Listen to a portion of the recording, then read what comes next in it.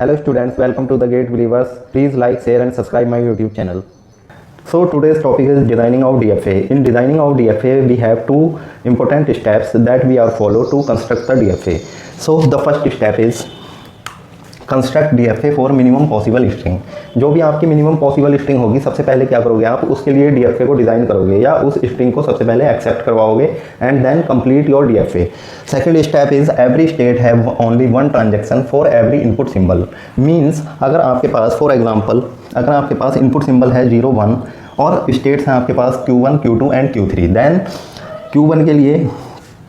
Q1 state पे 0 के लिए एक ट्रांजेक्शन होगा, ऐसे ही आपका 1 के लिए भी एक ट्रांजेक्शन होगा। Q2 पे 0 के लिए एक ट्रांजेक्शन होगा और 1 के लिए भी आपका एक ट्रांजेक्शन होगा। ऐसे ही Q3 पे 0 के लिए एक ट्रांजेक्शन होगा और 1 के लिए भी एक ट्रांजेक्शन होगा। कहने का मतलब है कि हर एक स्टेट पे आपका हर एक इनपुट सिंबल के लिए एक ट्रांजेक्शन जो है वो नेसेसरी है। ठीक है, I am going to discuss the example of designing of DFA। So we want to construct a DFA that can accept all the string and with 0 over alphabet 0 and 1. Here 0 and 1 is the input symbol. So we can write the language for this. The minimum possible string is 0 and with 0. जो भी string आपकी 0 के साथ end हो रही हो वो सारी आपकी जो है accept होंगी। तो 1 0 0 1 0 0 0 1 0 1 0 1 1 0 एंड सो ऑन। मीन्स जो भी आपकी 0 के साथ एंड हो रही है वो सारी जो है एक्सेप्ट होंगी। तो सबसे पहले आप मिनिमम पॉसिबल स्ट्रिंग के लिए जो है DFA को डिज़ाइन करते हो। तो मिनिमम पॉसिबल स्ट्रिंग है आपकी 0, इसकी लेंथ कितनी है, तो मिनिमम लेंथ कितनी है, minimum length is equal to 1, number of states is equal to 1 + 1 is equal to 2। So Q0 and Q1 minimum possible string को आप सबसे पहले एक्सेप्ट करवाओगे, तो 0 को आपने एक्सेप्ट करवा दिया। अब उसके बाद Q0 का ट्रांजेक्शन 0 पे है, 0 के लिए Q1 पे है, तो 1 पे ट्रांजेक्शन कहाँ होगा। अब देखो क्वेश्चन में बोला है कि एंड विद 0, मतलब 0 के साथ एंड होनी चाहिए, लेकिन वो स्टार्ट जो है आपकी 0 से भी हो सकती है और 1 से भी हो सकती है।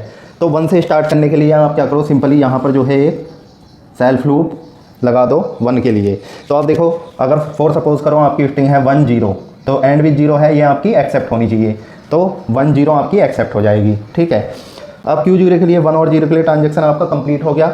ऐसे ही आप Q1 के लिए 0 और 1 के लिए जो है ट्रांजेक्शन को कंप्लीट करोगे। तो 0 के लिए अब देखो 0 कहाँ जाएगा आपका, एंड विद 0 है, तो सिंपली आप 0 को यहाँ पर लगा दो, क्योंकि कोई भी स्ट्रिंग आपकी जो भी 0 के साथ एंड हो रही हो उसमें मल्टीपल टाइम्स अगर 0 आ रहे हैं तो वो सारी स्ट्रिंग जो है आपकी एक्सेप्ट होंगी। फॉर एग्जांपल अगर कोई स्ट्रिंग आपकी 1 0 0 0 0 0 ये है, तो ये भी आपकी एक्सेप्ट होनी चाहिए। आप देखो 1 0 0 0 0 0 कितनी बार भी 0 आए आपकी स्ट्रिंग एक्सेप्ट हो जाएगी। तो 0 के लिए जो है आपने यहाँ लगा दिया, 1 के लिए आप कहाँ लगाओगे, अगर सपोज़ करो आपने 1 के लिए यहाँ पर लगा दिया, तो और सपोज़ करो आपकी स्ट्रिंग है 1 0 0 1 जो कि एक्सेप्ट नहीं होनी चाहिए, बिकॉज ये एंड विद 0 नहीं है, तो ये एक्सेप्ट नहीं होनी चाहिए। ठीक है, तो इसको चेक करते हैं 1 0 0 और 1। ठीक है, लेकिन ये तो एक्सेप्ट हो गई, एक्सेप्ट नहीं होनी चाहिए बट एक्सेप्ट हो रही है, तो इसका मतलब है 1 को आप यहाँ नहीं लगा सकते।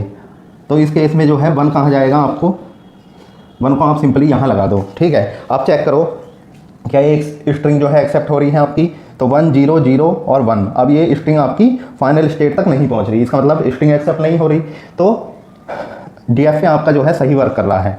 ठीक है, आप कोई भी स्ट्रिंग आप चेक कर सकते हो, जैसे स्ट्रिंग 0 0 1 0।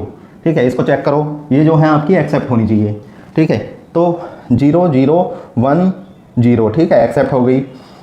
अब कोई भी स्ट्रिंग मान लो 1 0 0 1 0 1 0 1 1 0। ठीक है, ये आपकी एंड विद 0 है, तो एक्सेप्ट होनी चाहिए।